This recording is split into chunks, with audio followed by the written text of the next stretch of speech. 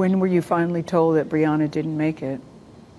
I never really got told, like, directly. I saw it on the news. That's how you heard Breonna Taylor died, on the news? Pretty much. That was Kenneth Walker, who gave an exclusive interview to Gayle King. And Kenneth Walker, for those who might not know, was Breonna Taylor's boyfriend. He was the one in the apartment along with Breonna Taylor when Louisville cops busted into their home in plain clothes with a no-knock warrant and immediately started opening fire as soon as Kenneth Walker fired a warning shot. Now, he maintains that he did not know that the individuals who used a battering ram to enter the apartment were cops. He really emphasizes that throughout this interview. But there are some pieces of information that we've learned through this interview that we previously did not know. So let's go to the first clip where Walker talks about the cops not announcing that they were cops as they were entering their unit. There's a loud bang at the door.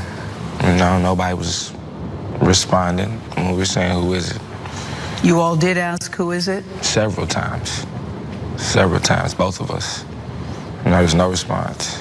You know, the police say that they said several times, it's the police. If they knock on the door and say who it was, we can hear them. It's dead silent.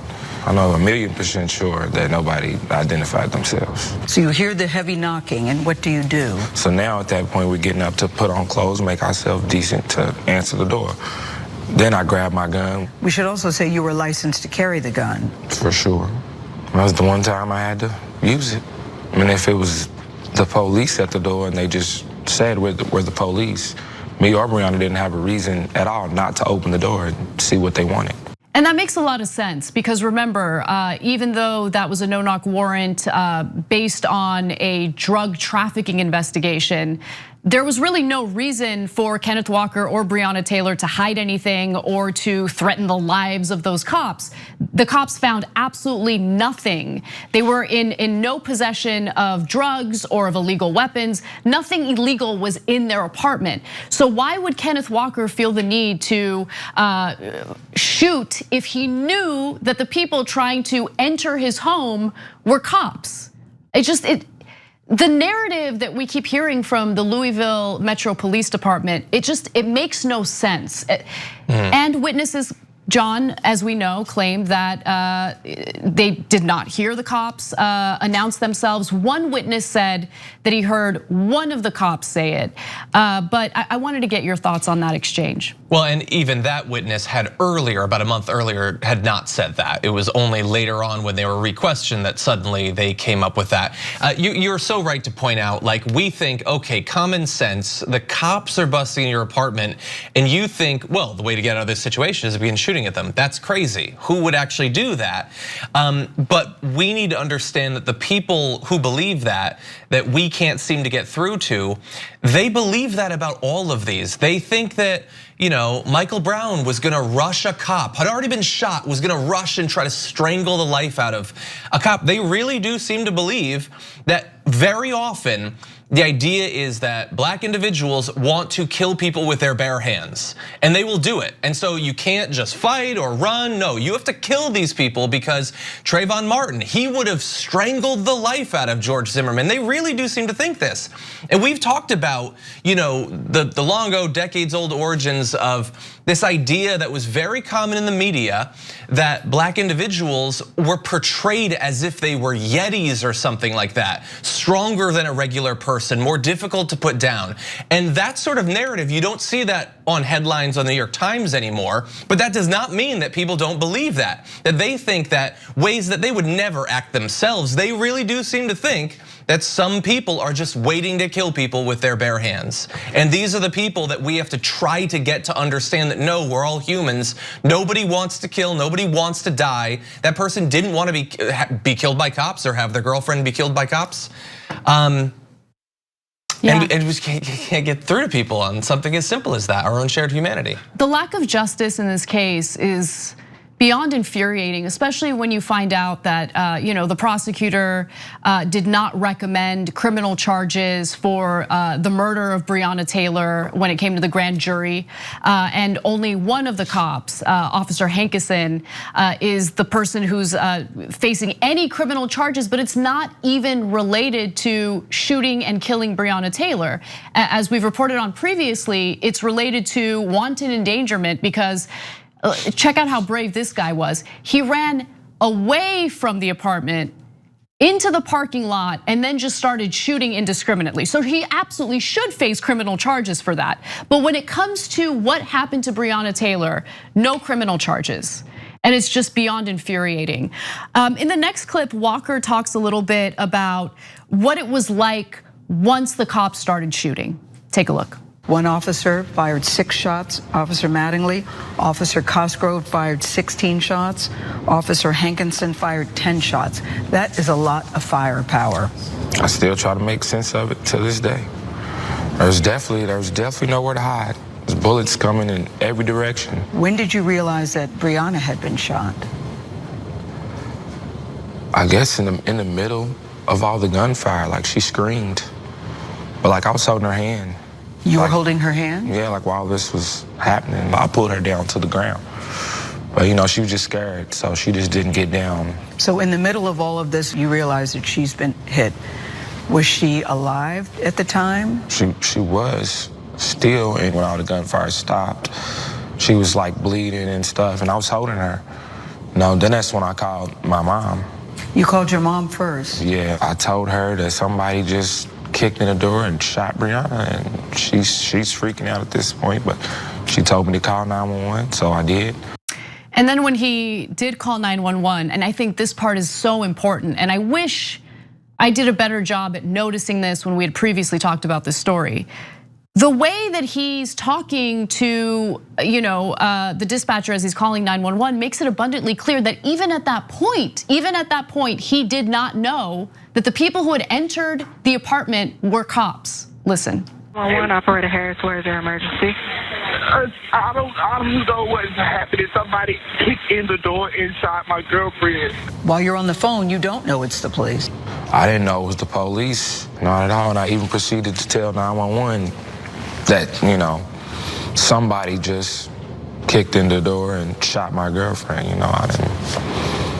If I knew who it was, I would have said the police. Or I wouldn't have been calling the police on the police. Like, that doesn't even make sense. So John, I wanted to get your thoughts on that. I mean, obviously I had heard that call before, but it's just yet another piece of evidence that when he fired that warning shot, he genuinely believed that the people entering his home were a threat, that they were breaking and entering and were gonna harm him and his girlfriend. It's absolutely insane. Yeah, it's a great point that it's more evidence. And it makes you really wonder what actually happened during, the grand jury. Like, what was actually said? What did they use all the time for? If they're hiding all this important information, the fact that the one person that said that it was that they heard the cops change their story, that phone call, it seems like very strong evidence. I mean, what is the counter to that's evidence he didn't know? The idea that actually in the middle of this gunfight, his girlfriend shot, so he decides, you know what I'm gonna do? I'm going to call the cops and I'm gonna lie. Well, they could bust in and finish him off at any second. Who thinks that? But again, it's the people who won't watch the interview and honestly don't care what happened to him or to Breonna Taylor. They will always believe the worst. It's so frustrating to see this and to know that nothing is gonna come of this. No more justice is gonna come of it. And they're gonna go on thinking that fundamentally not a racist country, nothing needs to happen with the cops, no reform is necessary, all of that. It's incredibly frustrating.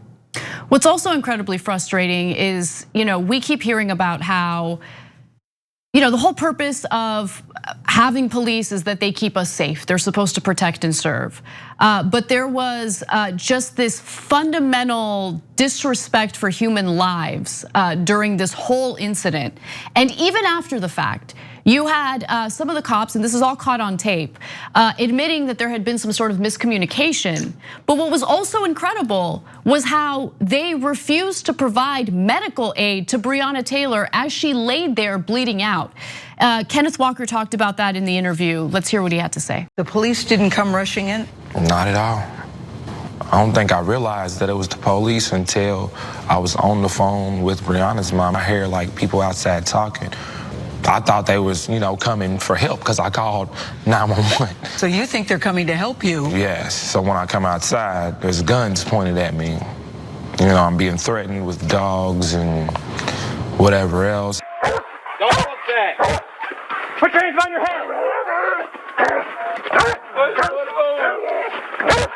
You want to prison? That's what's going on. The officer asked me, was I hit by any bullets? I said no. He said, that's unfortunate.